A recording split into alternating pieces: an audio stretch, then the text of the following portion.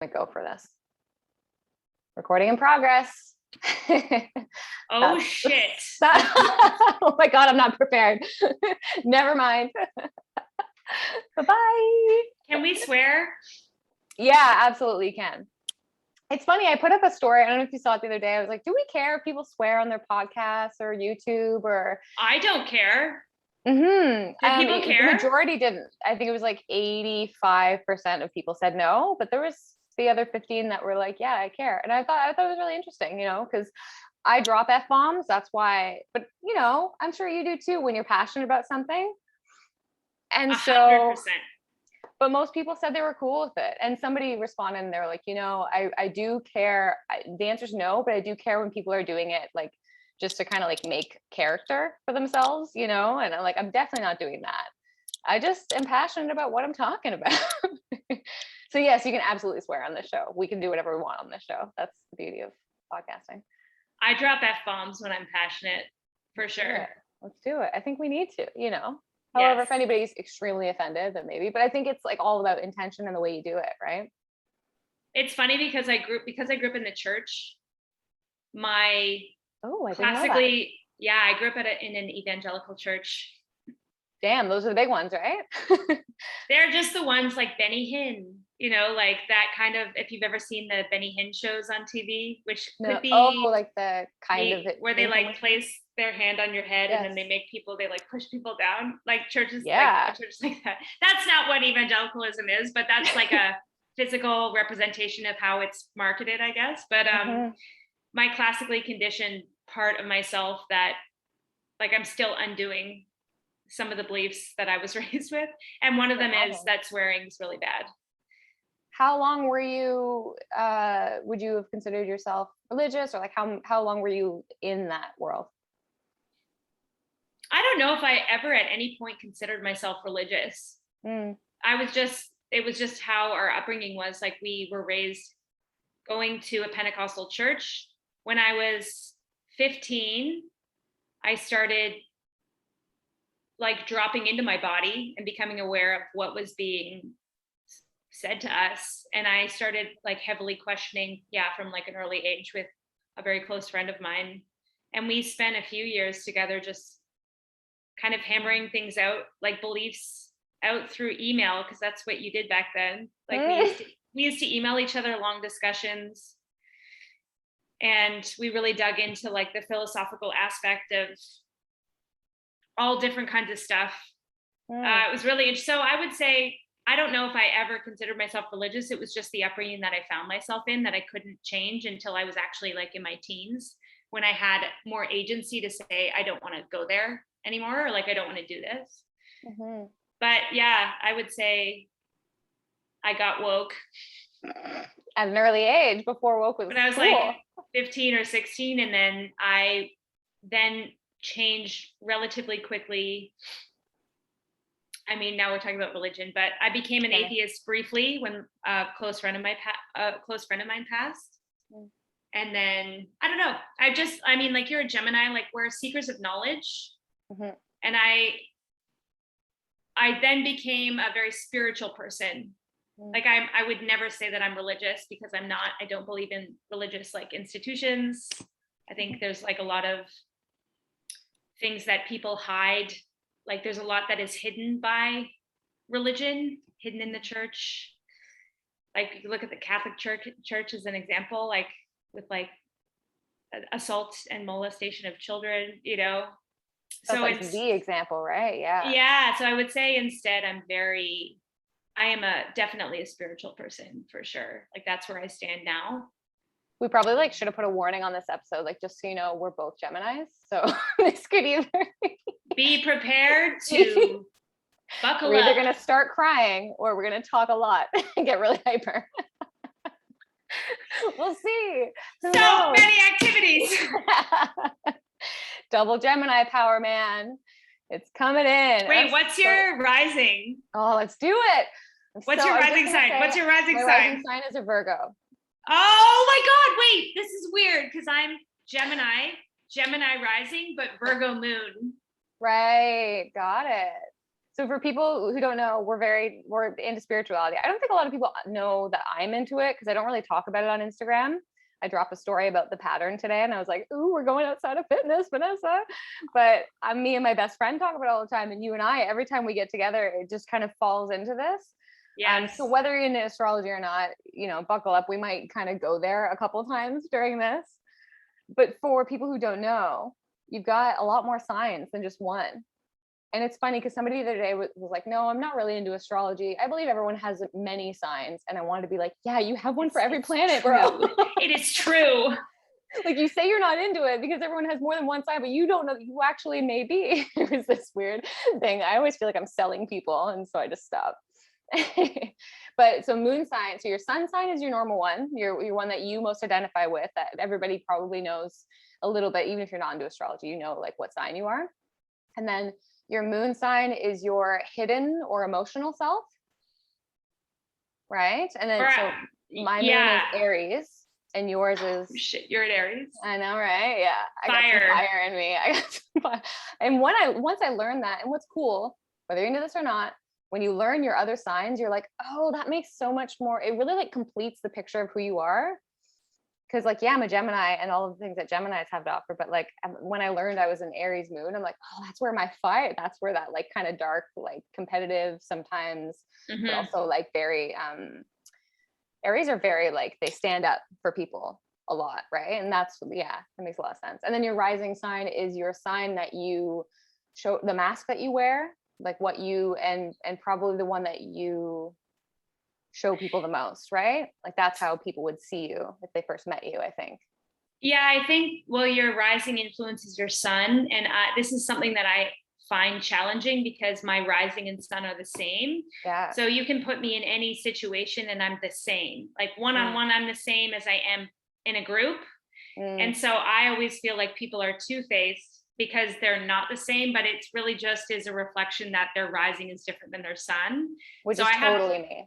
I have to watch because I get really triggered because I'm like, oh, we were alone yesterday and you acted like this, but now we're in public and you're being weird and different. Right. But it's hard for me to understand that because I'm always the same because I'm Gemini. Right. And for me, it's hard when people are like, oh, you're a Gemini, you're just always so this and this and this, and you're communicative and bubbly, sometimes flirtatious. Gemini flirt like it's a sport. It's my love language. But flirting isn't like, I don't know. I think that's the thing about Geminis too. We don't mean it like that. Like I just love flirting. I mean it's it. A lot of, I mean it. I mean, give me attention. It's just, like, fun. Like it's a sport, like it's a hobby of mine. Like I love it. But also my Virgo sign being, my rising sign being different. Like Virgo is very like organized and structured and analytical and like all that stuff that like I never really identified with. But I'm like, yeah, I bet if people met me, they would think I'm very organized and well thought out, but I'm very much not. It's just like whatever. But people always assuming I'm one way. That always offended me because I'm like, no, I've got all this other stuff and I'm a total hermit sometimes. And I'm, so it's interesting. The complexity. Let's just talk about astrology. I feel like honestly with my Virgo moon, like I'm very compartmentalized with all of my emotions. They each have a drawer that I can access when I want to. Like I present very airy because I'm all air basically. And then, but my Virgo I think is an air sign, correct? Yeah. Is Virgo an air sign? Yeah, I think it is also. But I just feel like I'm very methodical with my emotions behind closed doors, which is really funny because it feels contrasting a little bit to the nature of Geminis. Yeah. Like I'm very like containment, emotions. Where am I putting that? What do I do with it? Like very rational about them. You've mentioned your drawers before when we've talked before and hung out. You've mentioned your drawers. I get like a very vivid picture of a whole bunch of drawers in your mind, like locked away in the recesses of your brain. There's a drawer for every emotion. I'm gonna Google to see Virgo. Do it. Air sign. I think it is an air sign. No, it's Earth. It's Earth. It's Earth. That makes sense. Okay. Yeah. That makes sense. Anywho, man, astrology. Guys, get into it. I mean, you don't have to. Some people get really upset when you bring up astrology. The thing with that is though, like I always say, who's it hurting, you know? And even sometimes my skepticism comes in and I don't believe something or like I read something, I'm like, oh no, you're just, or something lines up so well that I'm like, maybe we're making all this up. But it's like, really though, at the end of the day, why does it matter? And same with when people are like, oh, don't talk to me about astrology. Like I hate that stuff. It's like, why does it matter what anybody's into in any way? And this can go with health. This can go with any other kind of category that we're talking about. Acupuncture could be like a really good example, right? People are like, oh, that's fake. It's bogus. If it makes somebody feel better, and this may lead into trauma really well, I don't know, we'll see. If it makes somebody feel better to go somewhere and lie down for an hour and be taken care of, then what is the harm in that? And why are we so eager to attack that kind of stuff, you know? Well, it's like in psych, you see this a lot with the placebo effect. When I was younger and I started to get assistance from naturopathic medicine, back then, everyone was like, it's placebo. And I was like, but who cares though? Because I'm willing to pay for this if it is a placebo because I feel better. So for me personally, I'm making that choice to take herbs and or whatever. And again, this is back in like the early 2000s, but I'm like, for me, it doesn't matter because the result is positive. Mm-hmm. So like, don't come for me. Like, it's not if I want to do this, you know? It's my choice. Mm-hmm. Like, obviously there's maybe a different line of questioning that might follow if it is hurting someone. Mm-hmm. Because I'm sure there are bogus naturopaths out there, bogus. Well, I guess you have to go through pretty extensive school to be called a naturopath. So I don't know, but I'm sure there are bogus people out there who may be hurting, maybe like a psychic, you know, you can think of other categories. True. I'm sure there are fake things out there that could be hurting people or telling them, diagnosing them when they shouldn't, but that's like a scope of practice thing. You know, if you've gone through the schooling, then you've got the accredited stamp of approval, right? Yeah, totally. Yeah. This does lead into trauma because very often when you and I do talk about trauma, and anybody, when you talk about trauma these days, it's very popular now, which is great. But that also means that there are many people, who are throwing out information, which could be helpful or could be hurtful, depending on if you are well versed enough, or if you've gone through the schooling, or if you're certified, or whatever that may be. And you yourself are certified, correct? Yeah. Well, it's important to note, I think when it comes to trauma and someone is seeking guidance or support from you, transparency really is key in my opinion. So I am certified, but I'm clear on my certifications with all of my clients. So for example, I am not a psychiatrist. I'm not a psychologist. I'm not a counselor. I'm not a therapist. Mm-hmm. Like, I'm not a trauma specialist. Mm-hmm. I am certified in TCTSY, which is trauma center, trauma sensitive yoga. Mm. So I'm a trauma sensitive yoga facilitator, certified. I have like a certification in trauma informed care basics. I'm completing a trauma and somatic certification. I'm a registered yoga teacher, you know, like, and then my scope of knowledge when it comes to trauma comes from what I've learned in lectures for my certifications. But it also comes from books I've read on trauma and my own lived experience as a trauma survivor. So, I mean, for me, like when it comes to trauma healing, like in working directly with people, I always say to my clients, I'm like, just inquire on what their scope is so that you can make a decision on whether or not you want to work with them. Like that transparency really is everything, because it varies person to person. Like now I'm making this longer than it needs to be. But for example, like I have clients that have worked with me that are like, I don't care about your certifications. What I care about is that you understand what I've experienced. Mm. Then I do have clients that I've worked with that are like, tell me where you're certified so I know. Mm-hmm. But I think the issue I have is that there's people online. I feel very passionately about this because it's not, I don't believe that it's right. And why would that be? Because there are people online that are like, I can help you heal your trauma completely.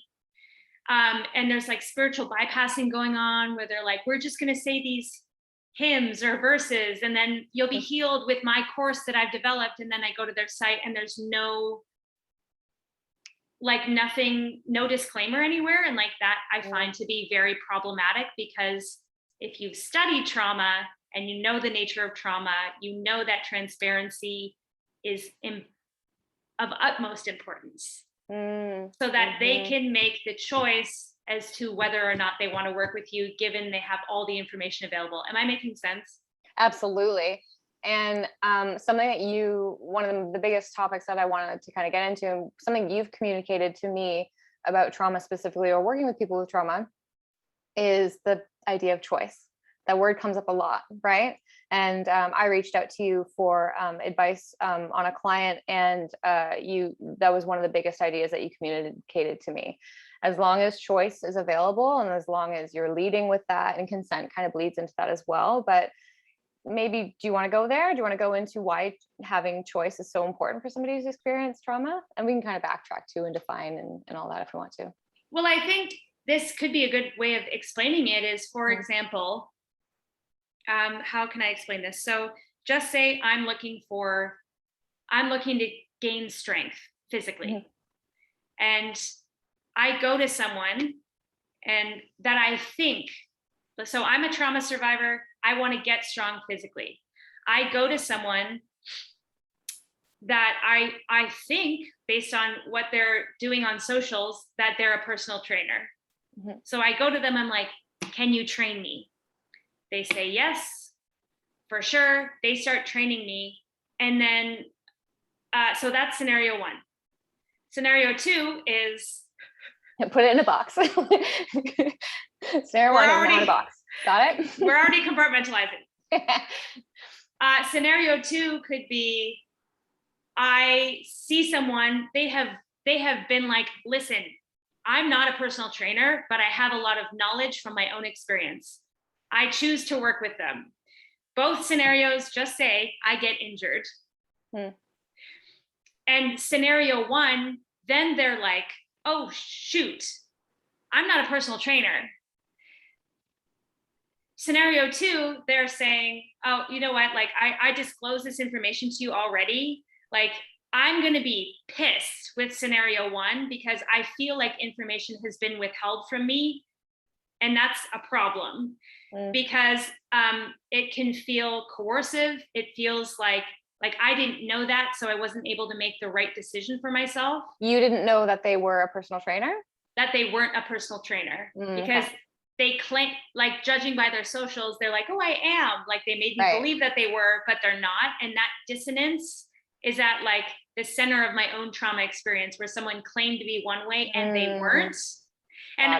And like at the center of lots of trauma is a loss of a loss of control and a loss of choice. It's chronic coercion, chronically like being misled, and so that's why in my brain, I'm like, if you're in trauma work, you just need to disclose where your scope is so people can decide for themselves. You're giving them all the information, because the reality is in both of those scenarios, like I'm okay with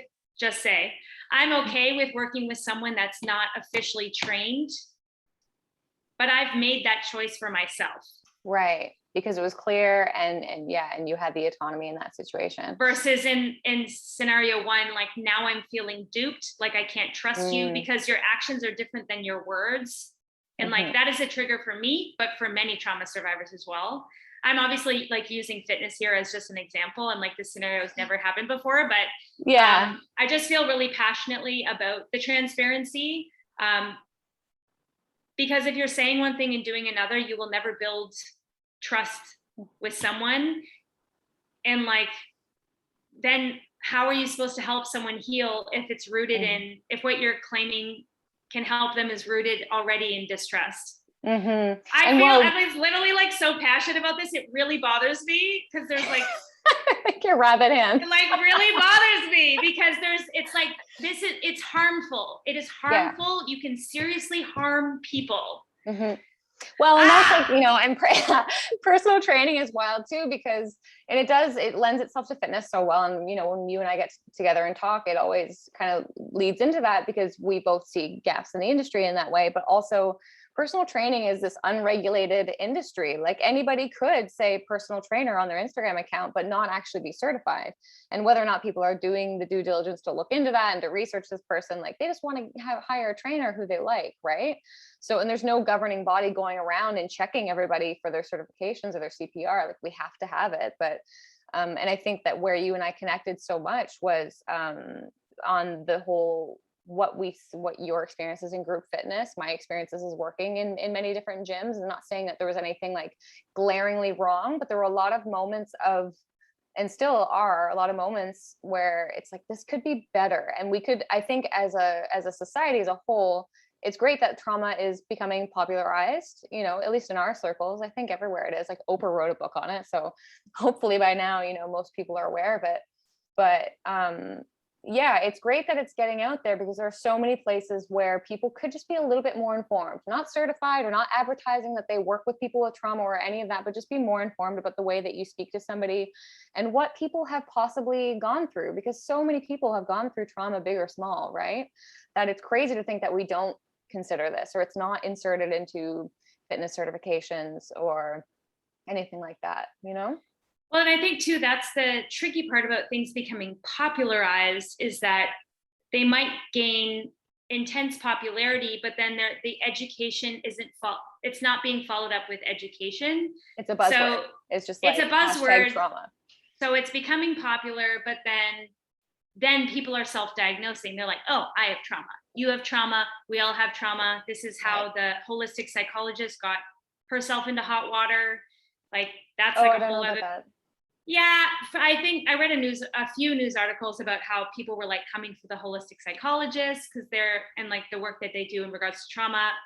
But I don't have enough knowledge on them or their socials to like speak to that. But maybe was just making that reference in case you too had read the news article. But I just think it's like, it's tricky, right? Because something spikes in popularity and then people want to jump on that bandwagon, but then along with that, you have people that are like, oh, I can help you. Like, I can help heal trauma. Like, they want to jump on it, but then they're not actually properly, they don't have the knowledge, or they don't know to be transparent or this or that. And then it's actually can cause more harm. And so that's why I'm really passionate about like having conversations like this, directing people towards resources, working to help people educate themselves, because the education has to match, like has to be there as well. Well, it's like, I'm never going to tell somebody I can help you with your trauma through my personal training, or I'm never going to put that on my account unless I go through some sort of certification.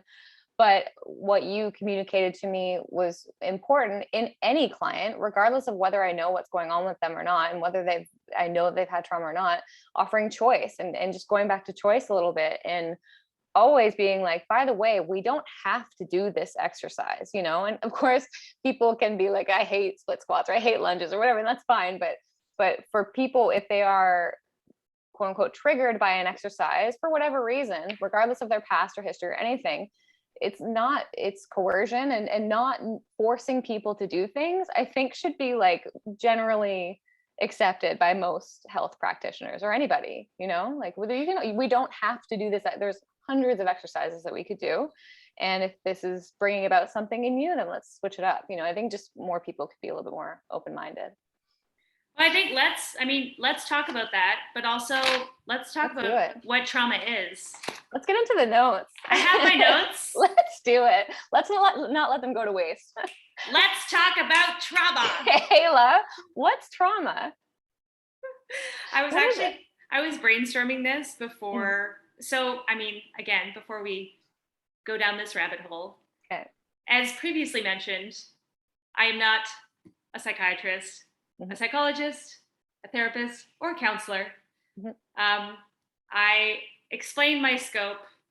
And on that pretense, it's really interesting because people now are defining trauma differently, which is fine. so I thought, what will happen when I Google trauma? Like, what is trauma?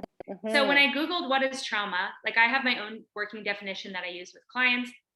So when you Google what is trauma, I actually liked the compartmentalization of this, but it showed trauma, acute, it divided it into categories. So acute, which is a single incident, chronic, which is repeated and prolonged, so like violence or assault, and then complex. So what it said was exposure to varied and multiple traumatic events of an invasive interpersonal nature. So it compartmentalized it a little bit. How I have come to learn it could be the working definition of trauma is anything that overwhelms your own ability to cope. Gabor Mate, who I love, he explains it as, and also in this somatic cert that I'm taking, they talk about something traumatic and then actually being traumatized. Like there's a difference.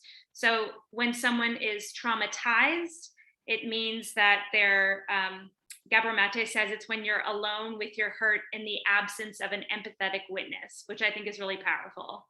Because, and something like this could explain, for example, like 9/11. So the people that did make it out of the building, some of them probably walked out of the building, and because of their support systems and their attachment styles and their temperament, and they had like a strong, their past maybe as well, strong, secure base in which to process and grieve, and they were not alone with their hurts. They were not traumatized from that incident versus maybe someone was in that building and they were like a single parent who had been abused their entire life. They didn't have strong support systems, so they left that incident and like never recovered. Kimberly, what's her name? Kimberly Ann Johnson, called The Wild Lady. Did you read that? No. Woman? Oh, it's a great book. It's very plain language, maybe not plain language, but I understood it. I read The Body Keeps Score by Bessel Vander Hawk, maybe. And then I read Kimberly Ann Johnson called The Wild. And there's like a lot of activities to get in your body and things in that book, but also breaks down trauma. Like Body Keeps Score was very technical and very like textbooky and very like, I felt like I was in university. It was a lot. But it was good, but it was just like, oh my God, there's a lot of theory, you know? And then Call of the Wild was just it broke it down a little bit more casually from my ears and understanding. I was like, okay, this I can, like the two of them work really well together, but she explains it as imprints. She's like, your life and your nervous system maybe is like a vinyl or like a record, right? And over your life, you get little scratches on that vinyl, and people have different amounts of scratches, different sizes of scratches. And that is, these imprints get left on us. And that's how we experience life. And two people could walk away from a car accident, like you were just saying, one is unscathed and the other has PTSD. And it all depends, which I kind of, it's intense. Obviously we're talking about trauma, but I like that because it shows you sometimes that you can get very comparative with your life, right? Like, why am I not dealing with this well, and my sister is, or, you know, two people in the same household can turn out totally differently, right? So yeah, I like that. I'd be curious to think what you think of her work. I wrote down the book name, and I think too, on this notion, it's important to talk about, when talking about trauma and like defining trauma, it's important to know the difference between stress and trauma from a nervous system standpoint. And obviously just gonna nerd out on this for a second, but for example, like when you're stressed, what's happening in the body? Like increased heart rate, your blood is moving away from the midline of the body and into the limbs. Maybe you're moving into fight or flight because like your body's preparing itself to run, like to protect itself. Your pancreas, I think it's your pancreas might secrete like higher levels of cortisol, like a stress response. So obviously the example that's always used is like, oh my God, you're hiking, there's a bear. So your body's like, we gotta run. Like you might like wet yourself because like your body's emitting anything that like will slow it down. Or wouldn't that be freeze? Wait. So there's fight, flight, freeze, and fawn, all survival responses. Right. I guess I'm just going into like maybe like a flight response. So like no, all responses are valid. Like there's no one that's like higher than the other, but just say you're going into like a fight or flight, like that's what's happening in the body. So this is like normal and like it's adaptive, right? Like your body is designed to protect you in those moments. It's stressful, right? So, but trauma is like when your body gets stuck there and then like everything is a bear. Like that's what happens in your nervous system. It's like, you're a bear, you're a bear, you're a bear, everything's a bear. And like, you just stay there, and like people can stay there. And like from a nervous system standpoint, like I stayed there for several decades where your body is just like in that state. And that example always helps me because I think a lot of times people can be like, stress is bad, but it's like, it's not. Like, because your body is designed to move through and like protect you in moments like that. Yeah, if a car is coming at you, you need to jump out of the way. That's your stress response. It's like, or to be, even to get up in the morning and answer emails and be on, right? Like we need stress in order to do certain things. That's a great point that you make, that not all stress is bad. Yeah, and I think too, it's like your body, it like from a short-term standpoint, like your body can deal with it. So then just looking at like situations where you might get stuck in that response, things like chronic abuse in the home, you know, or violence, like interpersonal violence. And abuse could be emotional, verbal, physical, like, yeah, all of it. And so important to talk about that as well, just from a nervous system standpoint, because like Gabor Mate talks about this. I think it's Gabor that talks about this, where he's like, any prerequisite for disease, like trauma is a prerequisite, like for a disease, basically, because, like someone who's experienced like chronic coercive, like abuse over 20 years, like from a nervous system standpoint, like might be more susceptible to certain diseases, because like your nervous system is not designed to stay stuck there for 20 years. Like it affects your immune system, you know, changes the way your cells develop and your multiply and hormones, like it affects your ability to form meaningful like social connection, like all of it, you know. So he just talks about in When the Body Says No, his book, about what is happening on a cellular level when you're experiencing trauma long term, and how that might be connected to certain types of diseases. Again, I'm not an expert on this, just like steering this towards, I encourage you to read the book When the Body Says No by Gabor Mate, because he goes in depth on all of this, but it's very fascinating. Fascinating. I love that book and I love him. And yeah, exactly what Cayla just said. And he also does a lot of work in addiction. And there's a book on addiction as well, right? Something about the body of ghosts, or In the Realm of Hungry Ghosts. Yeah. And if you're not into reading, just YouTube Dr. Gabor Mate.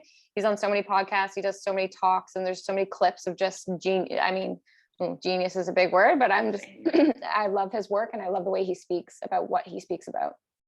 Also, I highly recommend the documentary, The Wisdom of Trauma. Super fascinating. Have not seen that. I need to write that down. I think it's available online right now for like, there's like maybe a small fee, but I just I like him as well, because as a survivor, like following his work, he's very real. Like he is literally exactly who he says he is. He's not putting on a show or like doing things for publicity. Like he really is just genuine about his care and wanting to help and use his knowledge. He does so much research too, even reading that book, When the Body Says No. It's When the Body Says No, The Hidden Cost of Stress, I think. And so much research, and he cites everything. And he's just an old guy who's been through a lot, who has taught a lot of people about many things. And very wise. Genius may not be the right word, but wise is definitely the right word. Let's call him a genius. Gabor, if you're listening, I love you. I love you. Come on my podcast. I love you so much. Oh my God. That'd be next level. That would be my peak if I got Gabor Mate. I'm your biggest fan. But yeah, I mean, it's so interesting. And this is where, like, I want to learn as much as I can. This is why I'm taking this somatics course is it through like, Embodied Lab? Is that yeah. the one? Yeah, I was looking at taking it, but I never, when we were. It's so interesting. And I mean, it even just talks about, like, there's so many different directions I could go with this, but yeah, I mean, it's great. It's great. And I'm just gonna like stop myself because I don't want to like go down a rabbit trail, but yeah. I just lost where we were referencing back to. We were talking. Well, and you also took that trauma and weightlifting course, right? Which we think is the only one so far that kind of crosses the barrier between training, personal training, and trauma, which is cool. It was an informational. I didn't receive a certification from it. It was more of an informational course, I guess. But yeah, trauma informed weightlifting, which was so fascinating. What was that company? We can give lots of shout outs in this episode. Yeah, we can tag it in the show notes. But basically, the people that started trauma informed weightlifting are connected to the trauma center where I did my facilitator training. Like they're operating, I believe, as their own entity, but they are from the facilitator program, I think, from the Justice Resource Institute. Don't quote me on that until I double check those notes. Okay. Yeah, so JRI is in Brookline, Massachusetts. Cool. Shout out to JRI. But yes, shout out. I mean, what we were talking about, was looking at stress versus trauma and how that impacts the body. And I just think if someone is wanting to learn more about trauma and like not just reading popular posts about it, like it is visceral. Like it literally affects everything. And this is something that I wish was like taught in schools or that people understood more, because it is not something that you can just get over. And I've noticed a lot of trauma survivors that I work with are so hard on themselves because they're like, my friends just tell me to like move on or like stop thinking about it. But it's not like that, because when you experience something traumatic, your body believes it is unsafe. So you can trick your mind and be like, it's fine. Like, this is fine. I'll just get over it. But like your body, like nothing will change until you get back in your body and teach your body like what it's like to be safe again, which could take a lifetime, but like that dissonance is real. Yes. And that's where I think like a lack of education in understanding and speaking to that dissonance, like that's where down the road things could get harmful, or that's where down the road, like as a friend, like if a friend is saying to one friend, like, just get over it. Like there are some things that you might just be able to get over, but like trauma is not one of them. And again, like, you can tell your brain to get over it and to forget it, but then it will come back up through your body, right? This is a really important point, I think, that you mentioned about the disconnect, because of course we all think that like it is all one, everything all works together, of course, but I've learned that very, very recently in the past year or so, that the difference, there can be almost like a cutoff, if that, and correct me if I'm wrong about any of this, but between brain and body. And many times when I've been okay and fine with something up here, my body had a very strong no, please no, like reaction to something, and I would try to convince myself out of it. But the more I've learned to listen to my intuition and my body and what it's telling me about something, I can kind of marry the two. Well, and I think it's really tricky as well, because I'll use myself as an example. So because of what I experienced, like as a survivor, like chronic abuse for like a long period of time, as a coping mechanism, like I became detached from my body because it wasn't safe for me to be in my body as the abuse was happening. And because the abuse kept happening, I just chronically, for survival, like not even cognizantly, just detached from my body. So going into my 20s, and this is a hypothesis, but like, so my brain is like, we're fine. We don't even remember the abuse. We don't, what abuse? Then all of a sudden I start having these insane like body problems. Like it is not uncommon for trauma survivors to have things like irritable bowel. to have things like, gastrointestinal upset, to have things like wacky hormone levels, migraines, chronic pain, like fibromyalgia. But But for me, skin presentations, like skin, like is it tied to, say, I don't know, eczema, psoriasis, anything like that, or? I don't know. That's a Okay. good question. Like my guess, based on what I have learned, probably. I guess that would be connected to gut anyways, but yeah. Yeah, because like it's affects your immune, like it affects everything. So if the hypothesis could be, and again, like I'm not trained to speak on skin anything, yeah. Like, I don't know why. But I mean, like the hypothesis could be like gastrointestinal upset or IBS. Maybe over time, like celiac develops, and celiac is connected to things like psoriasis or eczema, because it's like immune system related. Like, yeah, sure, maybe. That's a guess. Yeah, I think the thing is, like, a lot of these health things, people go and get them treated by their doctor or whoever, and they still can't find answers. And I think that if you are somebody who's experienced trauma, like maybe drawing the lines between that might be helpful, but also we also kind of express the danger of everyone self-diagnosing themselves too, right? But well, I think the thing is, I guess what I was trying to explain in my last point was, it's tricky, right? Because as a survivor, my brain is like, everything is fine. But then all of a sudden in my 20s now, I'm noticing I'm having like severe body like problems. Like I'm having like severe issues in my gut, in my own body. Like there's like big health problems that are happening. And it, like, I guess as time moved on, then I'm starting to make the connection myself and be like, maybe there is trauma here that needs to be addressed, but it's scary. I just can't go back into my body and address it because I'm a survivor. Yeah. And then I'm like trying to get over it. And friends are like, just get over it, or whatever's happening, just move past it. But my point in sharing this is like, I wish I had the knowledge back then, or I wish someone had directed me towards a book like The Body Keeps the Score back then. So I could at least reference, like, maybe there's a connection here between the two that I'm missing. Yeah. So I mean, I just think that can be helpful for people who go through these mysterious health ailments that nobody can really figure it out, or people who have experienced trauma in their lives. And, we can't really tell people what to do, but like, definitely like educating yourself around trauma can really help you to kind of understand your body and what's going on in it a little bit better. And disassociation is a huge thing for a lot of people who've experienced trauma too, right? Which is that lack of connection between you and your body, or feeling out of your body, or whatever it is.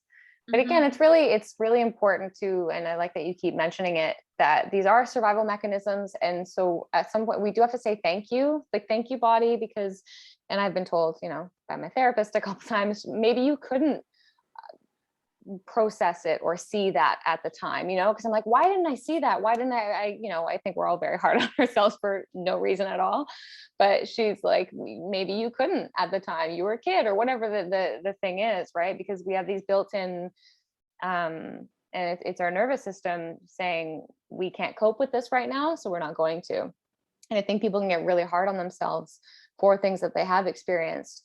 But sometimes these stress responses or trauma responses are just that. They're trying to help us out and help us get through it, because sometimes you're not able to get through it if you fully saw and felt everything in that picture, right?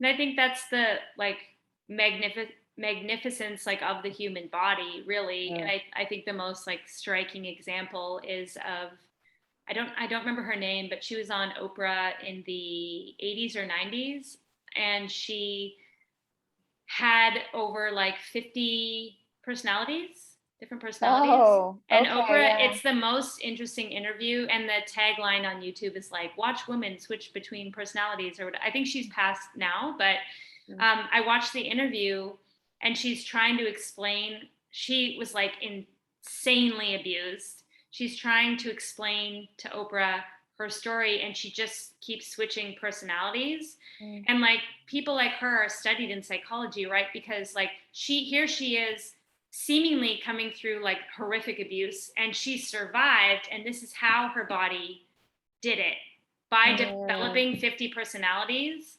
And like out of the trauma center where I'm trained in trauma sensitive yoga, David Emerson always talks about how and I share this belief where he says like trauma survivors really are like, they're so strong. He's like, they're the strongest people I've ever met. And it's true, you know, it's like that this woman experienced the unimaginable and survived, and this is how she did it. And I think it's important to, like, I think about that a lot, especially with certain clients. Like I was working with one client who had, their primary response, because we don't choose our survival responses, we just do them. And hers was a freeze response. And in present day, she'd say like, why am I freezing? Like, I'm so mad at myself.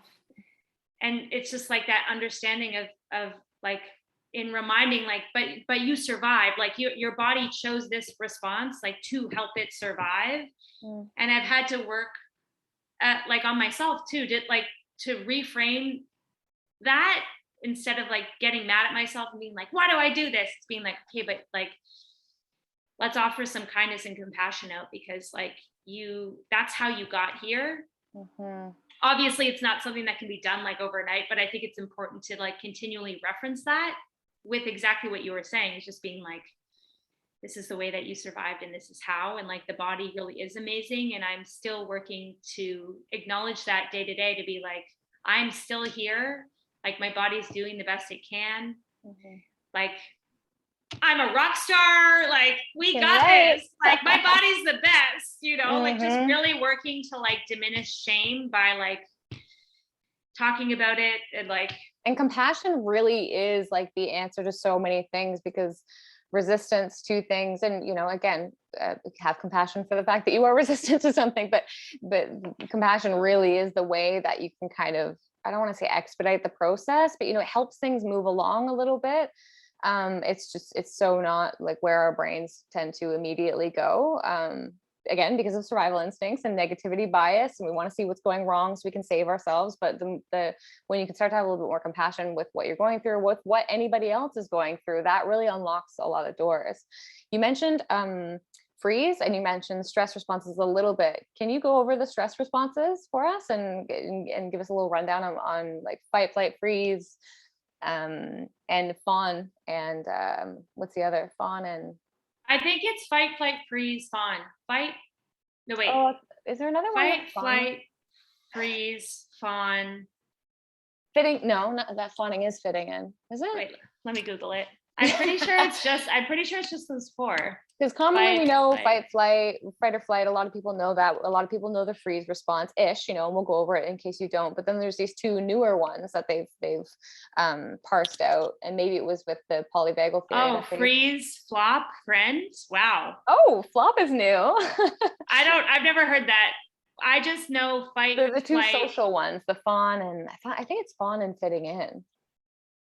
It could be, well, because fawn is people pleasing, so fitting in could fall under that category. Right. But from how I learned it, I didn't even know that fawning was one. Me too. It's like fight, flight, freeze. And when I did the trauma informed weightlifting, they were like, "Oh, fawn," which I think is fascinating, because in the realm of fitness, they really talked about how to have compassion specifically for the fawn response in a fitness setting, because fawn might look like, well, what do you want me to do? You know, like, how can I please you? Like, even like you're training them, and they keep being like, just tell me what to do. And obviously with certain areas of fitness or certain fitness companies and stuff like that might be perceived as like weak.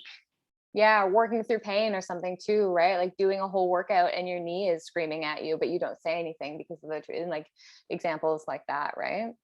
Where it's like it's like, yeah, and I guess like in this not training, but in course, they were like a lot of trainers might interact with someone who's like showing up in a people-pleasing way and then they're shaming them for it. And they just reiterated the verbiage of being like, well, this fawn response, like it's adaptive, right? Because like the trauma they experienced looked this way. So what their body decided to do was people please to survive. And like, that is remarkable from like, I was gonna say an evolutionary standpoint, from a survival standpoint, you know, like all people please. And that's what's happening. But yeah, I mean, I think like it's tricky. And again, I like feel very passionate about this, but I've seen trainers shame people for being like, because people pleasing can be seen as weak in some circles. And I've seen trainers shame behind closed doors people for that response. And it makes me so mad because I'm like, I've seen trainers shame people in open doors in the middle of a class in front of everybody, you know? And it's like, you don't even know, like, fuck off. Yeah. And that's the thing too. It's like, whether you're talking about you want to work with people with trauma or not, I think everybody should just not shame people, right? Like, especially in a job where you're dealing with people's, a lot of really dear, fragile things, you know, trauma or no trauma. I think we should, it's terrible to be in a world where you hear horror stories. I'm sure you've heard them, like, oh, my old instructor did this, or I've had people in my intake say my old trainer said this, my old trainer did this, happened to me. And I've seen it too when I used to work out in commercial gyms. I would see terrible stuff, and even not commercial gyms, you know, and not that it's everywhere all the time, but it's there, and it's old school, and it's changing a little bit. But yeah, the fact that this is still a thing and a problem is tough. Well, I think the question is, what can we do as trainers? What can we do as teachers? And it's very, you know, obviously I'm all about self-educating. Like, I'm a Gemini, like all we do is read, you know, but but and think. Yeah. And I think, but I get this question a lot from people that are wanting to learn more, you know, it's like, what can we do as trainers? And this might be a good place to walk through a few things that people can do in fitness. But like the first thing I would say would be, I highly recommend the book, The Body Keeps the Score, because it provides a very in-depth analysis from a scientific standpoint, like what's happening. I love stuff like this because I'm so like, show me the facts, like show me the receipts. And like, it's very rooted in science. It's like, this is what's happening in your body, in your prefrontal cortex. Like, this is what's happening in the nervous system. Like, it's very, very in depth. And the author is the person who discovered PTSD, right? He's the person who created this whole. So actually, this is a good story, and this is based on what I've read, and so. Okay, I'm gonna nerd out for a sec. I keep saying that, but like, so part of the problem currently is like how trauma is diagnosed and treated medically. So if you look at the DSM-V, like, which is, it's what a doctor might reference, like, oh, if you like for depression, or like it's a set of criteria that would be like, okay, you have this. So in the DSM, which is drawn from like a Western medical male model, like, important to emphasize that, like the DSM-V is rooted in like Western male medical model. Like the only thing that recognizes trauma is PTSD. PTSD was drawn from a very specific sample, I believe in the 1980s, from white male war vets. Like, so for them to be like, this is what means you have PTSD, it's already a skewed sample because it's coming from white male war vets. As we know, not everyone in the world is a white male war vet. So what happens? So I go to my doctor, I say, this is a real life example, actually. I go to my doctor, I say, I think there's like some trauma there. My doctor can't help me because I'm not fitting the criteria for PTSD. There is nothing in the DSM that recognizes child abuse, neglect, interpersonal violence over a long period of time. Yep. So I go to my doctor and I'm like, I need help. Then because diagnosis informs treatment, right? So then as a result, what happened to me, again, real life example, I get like moved towards like a depression diagnosis. But that's not actually what the problem is. Mm-hmm. It's that I have chronic complex trauma. But medically, like, and I am by no means, like, I'm obsessed with my doctor. Like, I love my doctor. It's just it's a flaw, right? Like, it's something that, so Bessel, van der Kolk, which he explains in The Body Keeps the Score, he saw this as a problem and worked with his team to develop a potential diagnosis, like 3 more diagnoses to add to the DSM-V. Bessel, if you're listening and I'm telling this wrong, I'm sorry, but it does reference all of this in The Body Keeps the Score. So him and his team worked to create a developmental trauma disorder, I believe it's called, complex PTSD, and desnos, so disorders of extreme stress, not otherwise specified. He then takes this research, years of clinical study, probably, to whoever runs the DSM-V, I don't know how it works, and they deny him. They're like, nope, sorry. And like, when the book was published, that's still how it was, which I believe is still the same to this day. So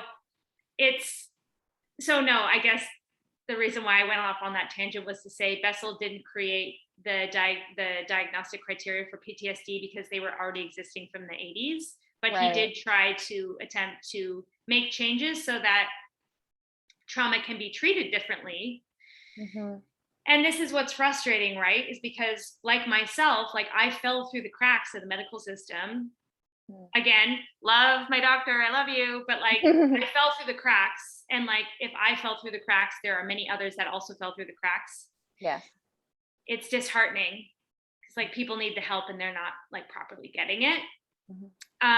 But tying this back into fitness, then I would say, if you're wanting to know more about, like, if you're working with a client that has trauma, you want to know a little bit more, I always recommend that book.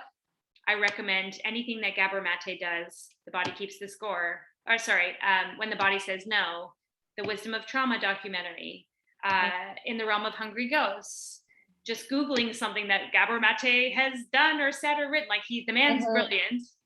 And then outside of that, I would say if you can get like some sort of training under your belt, like the trauma-informed weightlifting,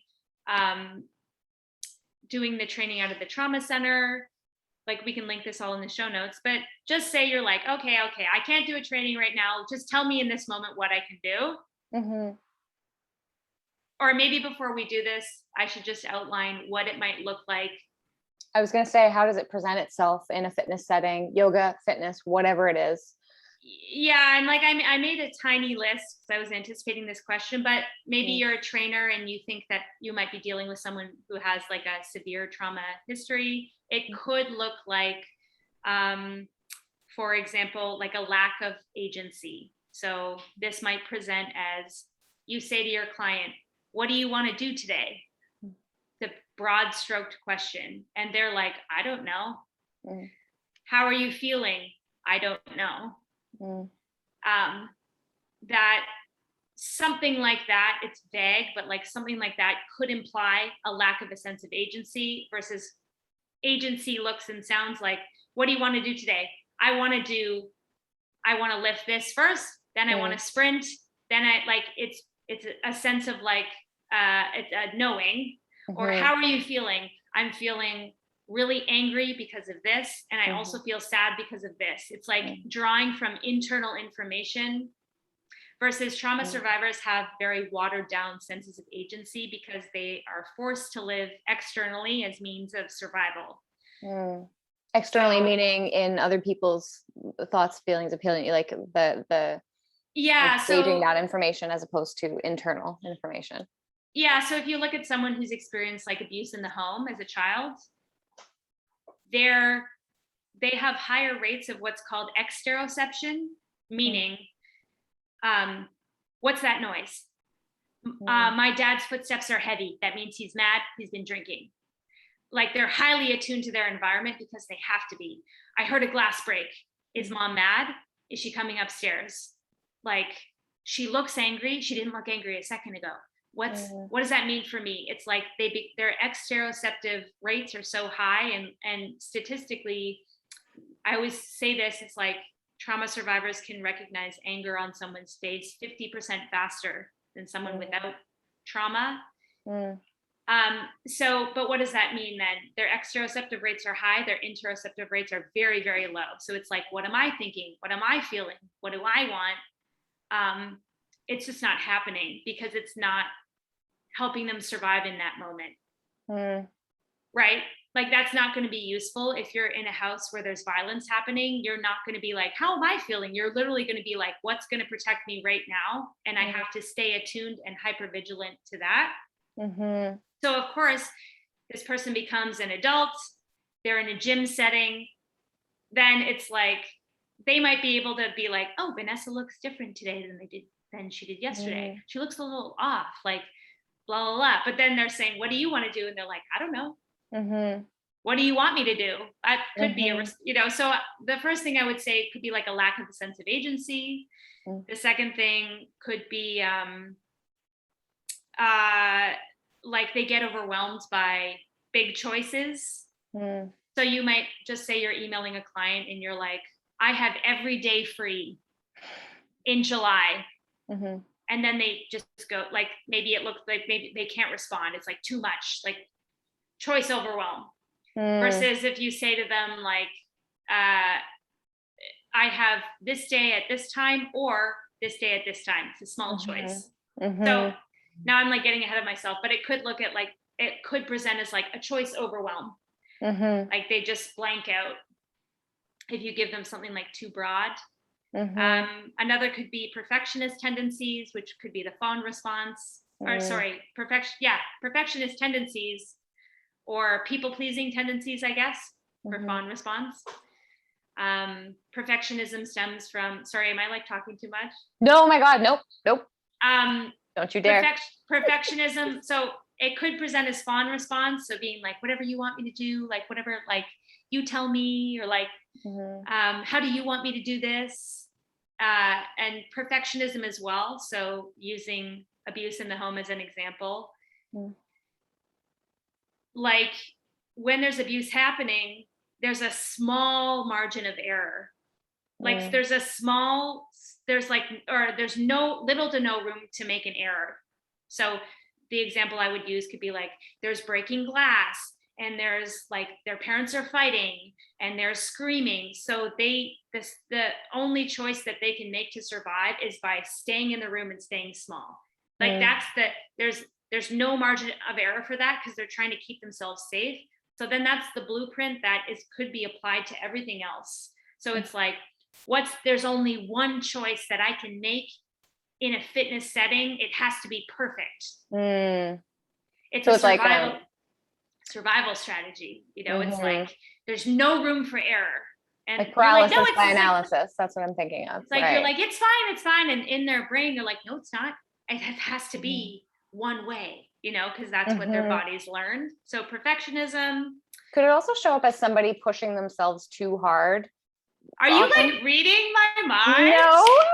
Oh my God, because the next point that I had just written like down, you a lot. Okay. The next one point mind, girl. I had written down was things like looking at behaviors like lack of sleep, lack of nutrition, pushing themselves to point of exhaustion, all those like not recognizing body cues. Excuse me, because survivors are often like not in their bodies. So I'll use myself as an example. It's like, it's hard for me to recognize a hunger cue still. So like what happens, I don't eat properly. Like I'm working on it, but like I have to be in my body to recognize a cue, and I am not often. I think that's a big one for a lot of people who have experienced trauma. It's super common. I think it is as well. So it's like people, and I've seen this in fitness all the time, who are like running on no sleep, who aren't properly fueling themselves, who are pushing themselves to point of exhaustion, like all of those, because those require you to be aware of what's happening in your body and again, this isn't, I'm like not shaming this at all. I'm literally just saying like, there are some people like, in order to be aware of like that you're not eating properly or that you're pushing yourself, you have to be in your body and recognizing that. And for a lot of people, it's too painful. They're still in that survival response. They're literally not aware that it's an issue. Like I dissociate a lot still. Like people will say to me like, you must be hungry. And I'm like, I don't feel anything. Or I don't know. Yeah. No, and if we didn't relate to this stuff, that's the thing. It's like, no, we're not. Yeah, this is very important to talk about, because hopefully if somebody has experienced trauma and they hear this, for me, learning about it was like, oh, okay, like it just helped to connect the dots, right? And be like, I'm not alone. I'm not the only one who feels this way. And there's reasons. And it helped me to kind of dive into it and to learn about it, and then to ultimately start healing, right? So it's important to talk about this stuff because it's so much more common than we think.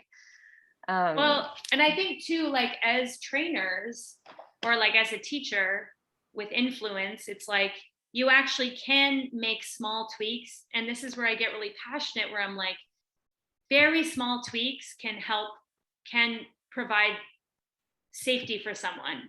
Like it's just the knowledge of how to make the small tweaks, where it's like, as a trainer, the first thing I always encourage people to do is to just draw attention to your own languaging. It's like, and first just looking at your verbiage. What words do you use? Do you have examples? Yeah. Yeah. Like in a class, there's a fitness class I took, and the person was like, is everyone still alive?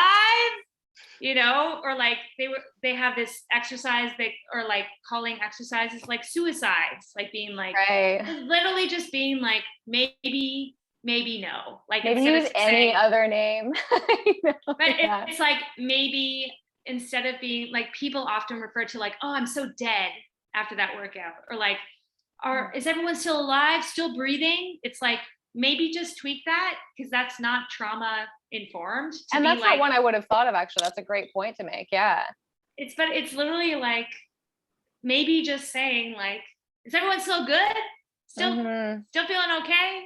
Or like, it's like, even it, but it's like also implying that it's bad to not feel okay. It's like, so I guess that maybe just drawing attention and being like, you got this, or like, we're in this together, or like, if you need to take a break, feel free to drink water at your own, like take it at your own pace. But it's very extreme in fitness. It's like, God, I'm so freaking dead. So I like would encourage people to like draw attention to their own languaging, especially if you're a person of influence. And this could be fitness training, because that is the lens we're taking it out of, but it could also be like you and your sibling, or you and your best friend, or you dealing with anybody who's dealt with trauma, right? Like just watching your language and just thinking a little bit, like taking an extra step to think about like what could and couldn't, just being more sensitive and compassionate, right? Well, and I think too, it's like, my biggest pet peeve, I hear this all the time, and I now will leave a class because I can't take it. This has happened in Toronto, and I'm not saying this to shame any, like I'm obsessed with our fitness community. I think everyone is amazing. But like, could there be more awareness in regards to language? Absolutely. But so many times people will say, I want you to do this for me. Do this for me. Can you squat for me? Can you push for me? Right. Can you go harder for me? Like and it implies a power dynamic, right? And it's like, and that's triggering, because it's like, and it also is not encouraging people to be in their body, because they're like, okay, I have to do this for you. Yes. But it's like, as a trainer and teacher, we can be like, what do you want to do right now? Like, you could push, and obviously there's the argument of like, I won't do this on my own accord, so I'm going to someone that will help me. Right. Yeah. But you can still help someone by changing your languaging and being like, hey, for the next 30 seconds, this song implies a push. You could try pushing if you want to. Option to push. That's why I like yoga too, because it's like option to use this, option to do this. It's empowering, right?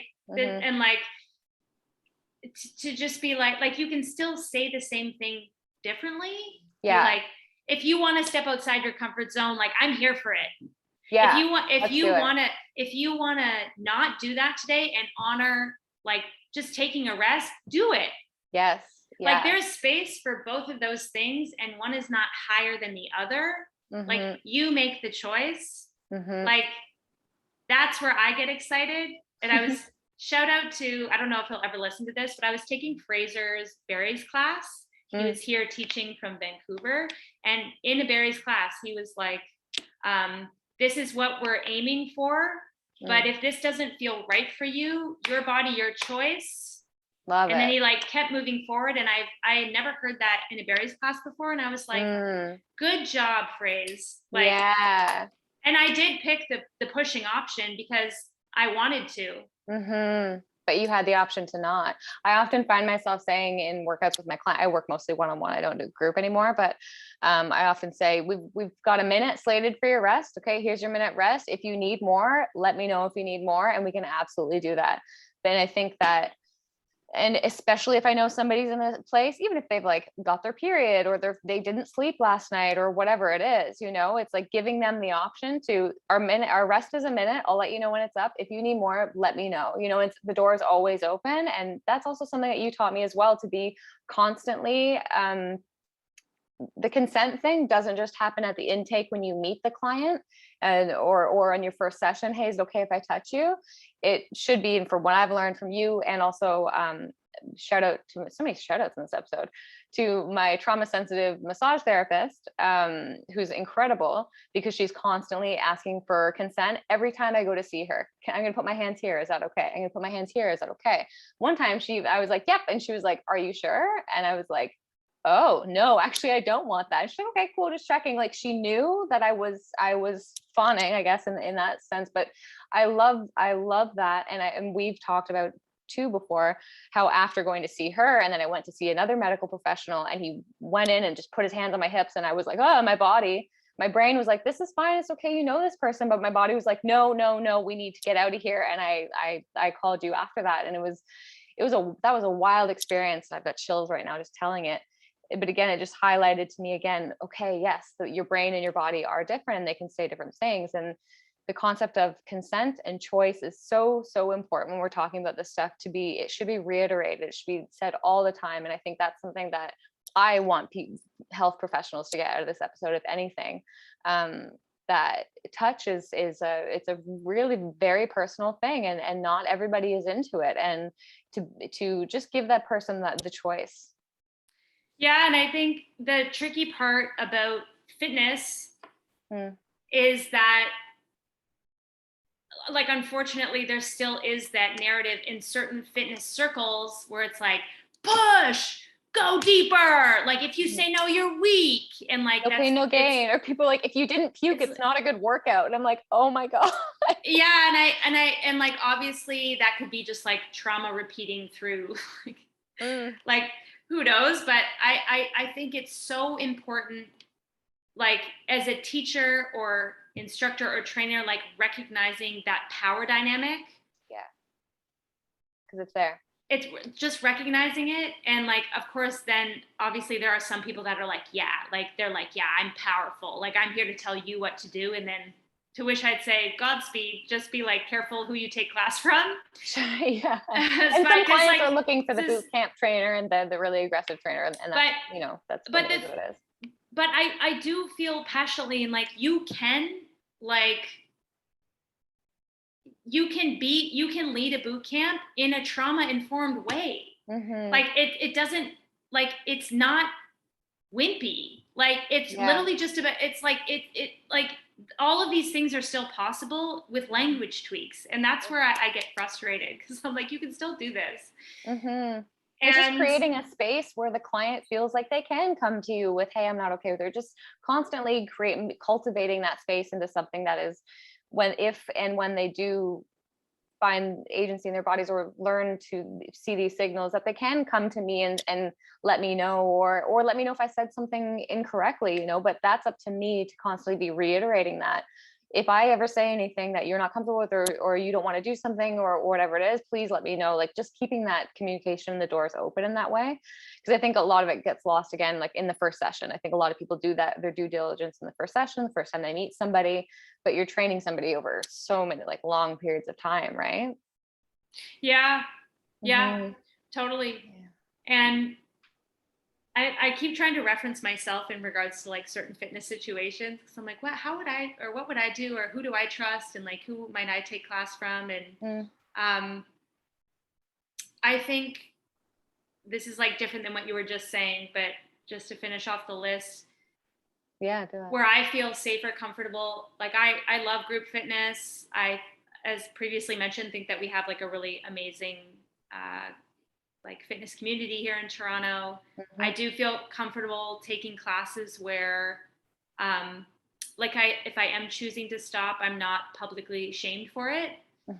There's a difference between shaming and encouraging. Like obviously when people are screaming into a microphone like, why are you slowing down, Cayla? Or like, why are you stopping? Versus being like, I see you, Cayla. Like, I know you can do this. You got this. Like, there's a difference there. Yeah. Both things have happened for me. And like, with the shaming piece, I'm just not for it. It's not helpful for me. It's like reinforcing my own shame narrative that I have sometimes when I take fitness classes. So obviously, I think too, like I am leaning towards people that are like encouragement centered. Yeah. More than anything, because that to me implies safety. So of course, it's like a personal preference, but yeah, I would just encourage like any trainer that's listening to just take a second and look at their own languaging, like what words might be triggering, or hold like a trigger, or how are you speaking to the people in your class? And that's also just like professionalism, right? Like I was once in a group class and a guy, the instructor came right in front of my face and said, squeeze your ass. Like looked me dead in the eye and said, squeeze your ass. And I was like, and I was like auditing the class. We were doing research before research, I guess, I don't know, before FitSquad opened to see how we wanted to run our classes. And I was just like, oh my God, if this guy knew, it doesn't matter if I'm a personal trainer or not. No, I guess that point is void, but it was shocking. Trauma or no trauma, we should not be going a foot from somebody's face and say, squeeze your ass, and looking them dead in the eye and using the word ass. There's so many words, squeeze your glutes. What's wrong with squeeze your glutes? You know, it's just like, that's a choice. It's a very active choice. And it's, where are you going with this right now? Did I just throw you off? No, I'm thinking, I agree with you. Because I left that class like, I'm never coming back here ever again. Well, and my thought process was, okay, here's the 360 view on this. Someone's like, squeeze your ass. I'm all about relational context. So for example, if I have relational history with someone, we have built up safety and trust in our friendship, and then I'm taking their fitness class. Am I okay with them saying, squeeze your ass? Probably. Because I can reference, I'm like, I know they're safe. We've talked about this before. Like, we have worked up to that level of banter. So could I possibly be in that situation with some people in Toronto? Absolutely. Now, the issue with that is, I know that's true, but you might not. You're new to the class. You come in, you see the instructor say to me, squeeze your ass. As a new human witnessing that, then I'm like, that makes me feel unsafe because I don't know that relational context. I view this person next to me as also someone new. I'm afraid that's going to happen to me. I'm not coming back. Yeah. So it's like, and that's where I would find that problematic. It's like, as a trainer, you need to have, I believe, you need to have that 360 vision to just notice how your language might be landing and how it's like, you want to know why someone isn't returning back to your class. That could be why. It's like, and also like as a male trainer, me female, you know, like I think that plays into it too, right? It was like that was a choice, an active choice that he made. That was, I don't think I'd ever use the word ass with my clients ever. It's and not needed. That's where it's like, that's really tricky, right? Because it's power dynamic. And it's an unbalanced power dynamic. And again, like as someone viewing that happening to someone else, my brain might be like, it's fine. Like, this is how it goes here. But my body is going to be like, it's not safe here. And that might show up at, like, my brain is like, yeah, I'll go back. But if there's that disconnect, it might show up as me just canceling on my friend every time. Yeah. You know, like I could never, like the trainer reaches out to me, gives me a free pass, I'm not taking it. My brain is like, it's fine, I just don't want to. But what could actually be happening is like, it's an aversive, it's like a moving away because you're like, not safe, not safe, not safe, not safe. Do you mind shifting to a nicer place in terms of like what you do and move to heal, or maybe what you do in your yoga practice, or, you know, a nicer like, place. Let's talk like a great example of what's going on in fitness in the world, you know, or on the internet. Also, are we okay for time? I'm good.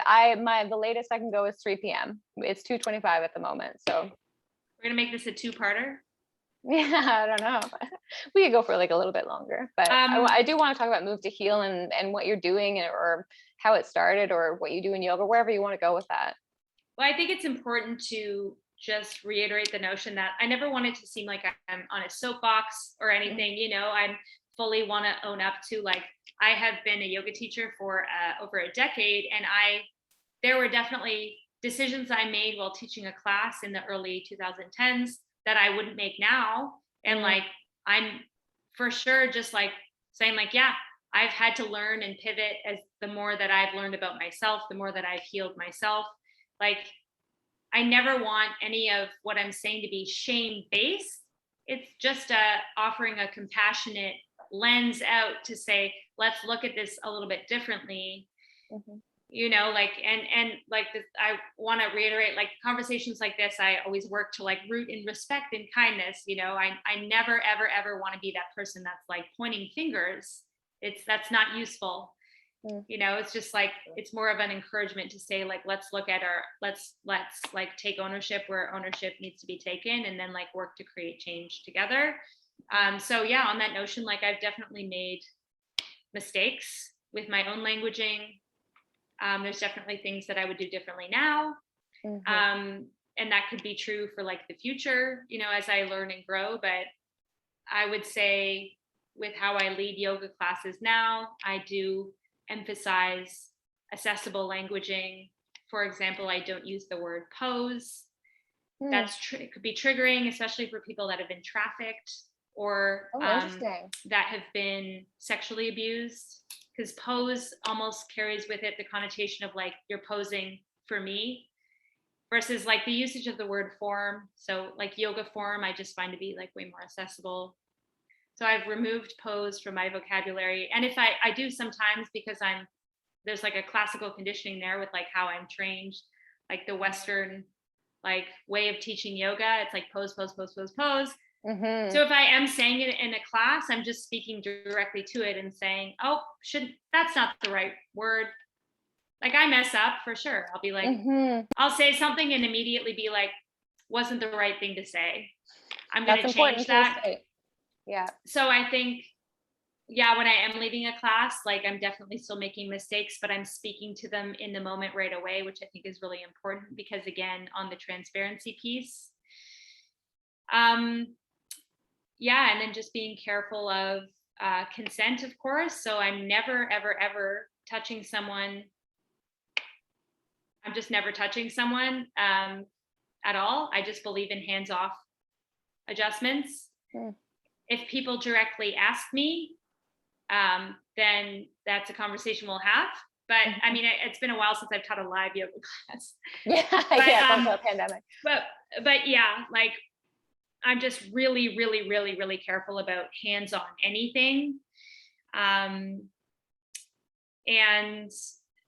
yeah, just tying this into the Move to Heal project. So I created the Move to Heal project. Initially, it was a blog back in 2017 that was focused on story sharing. So people describing how fitness helped them through like navigating depression or anxiety, like just looking at how movement, the choice movement provides, could be used as an adjunct in navigating through anything mental health related. And then right before the pandemic hit, I pivoted, turned the blog into a business. So just created movement programs for people with anxiety and depression and trauma. And I've been pivoting it ever since. like it's still a work in progress because I lost all my in-person clients when the pandemic hit, and it just forced me to kind of reassess things. So Mm-hmm. right now I'm like working on the relaunch, but the Move to Heal project is essentially that. It's really poses the question, how can I work to help myself? Like, and again, like just from an adjunctive standpoint, I'm not claiming to be like, this is like should replace medical advice. It's just like drawing from my own experience. How might I use movement to explore my developing my own sense of agency? Movement constantly provides choice. Do I want to run fast or slow today? Do I want to run up a hill? Do I want to sprint? Do I want to jog? Do I want to run by myself or with other people? Like, I just found the choice movement provides to be very empowering for me in my own journey. And that's, what the question that the business asks, really. But what I'm working on now is like a program specifically for trauma survivors that just focuses on stabilization via movement, choice via movement, like intertwining that into someone's healing journey. And then, of course, the podcast I created as a space for like just real conversations about mental health, because I found that I felt really alone, isolated. I felt really shameful about my own experience and feelings around what had happened to me. And like that shame alone could kill someone, like it feels not could kill someone, but like the shame alone for me was what like really got me stuck. In like the worst moments of my life. I was like, I like hated myself because I just believed that I was so bad. And like, I was like, I don't know. I just think it's so important for me now to create a space where people can speak to the darkest parts of themselves and like have that safety to release it from their body. So that's why I created the podcast. But it's like a little healing hub. Is what Move to Heal is. That's the 411 on that. On that. Is there anything else that you maybe in your notes? I saw you throw your notes away at one point, like we were done with them. But I was like, okay, we did it. We got through the notes. Is there anything else that you wanted to like? Thank you. I think this is a great spot to kind of start to wrap up, because everything that my brain wanted to go to, you went to. So again, we're connected. Always. If there's anything else that you want to go over, let me know. If there's anything else that you wanted to touch on that we didn't. But otherwise, I think that's really great. And it's funny, I've told you this before. Like I mentioned, I've been trying to kind of be led by my intuition a little bit better. And human design, we didn't talk about human design yet, but my human design, one of my strengths is my intuition. And I'm like, okay, well, I guess I better start following that. So that's been one of my bigger projects. But I remember before I started thinking about that, when I met you at that event, the Breakfast Club, the RYU Breakfast Club event, we did that workout together. And then I needed a ride to the next spot. And then I hopped in the car with you and some other girls. And we were like turning, and you asked me what you did. And you're like, oh, I'm a trauma certified yoga instructor. And there was something in right here. If you're not watching video, I'm pointing to like my diaphragm, my solar plexus, that just went like, Shaw. And it was like a light, and it felt excited and amazing, and like go toward that, and I'm not, it's again, this is before I started getting all spiritual and astrological, but there was something that said like go towards that. And I had it when I met my partner, and I've had it when I've met multiple other like important people in my life. So, and maybe that led me here. Like, you're supposed to be a podcaster and be podcasting with Cayla one day, but it was big, and I'm getting chills just thinking about it right now. But I think some people in your life you meet, and your body or the universe or something is like, hey, go there. And I think it's great that we've kind of come full circle, and we meet up in the park every so often and have our talks. And I think that the work that you're doing is so, so important, obviously, because I'm so into you, and I could do so many podcasts with you.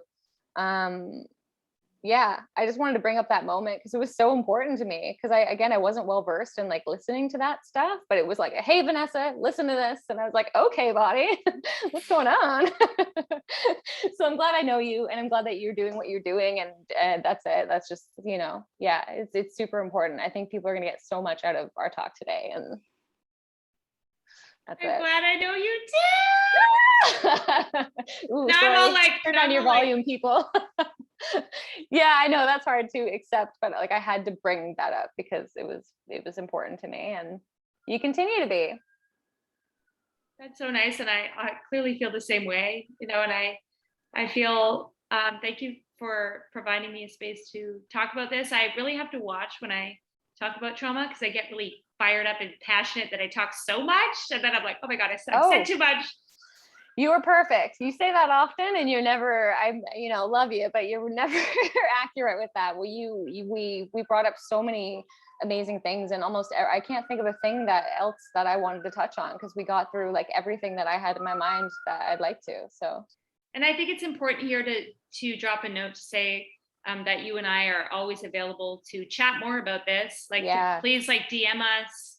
I always get asked questions about where I'm trained and like what I'm trained specifically in, because people want to kind of navigate it for themselves. And I'm very passionate about where I've been trained and who I've worked with and learned from, like had the, absolute honor of learning from, and feel very strongly about my own certifications. And I'm always happy to guide people towards like where I draw my information from and how. And so feel free to message me on Instagram.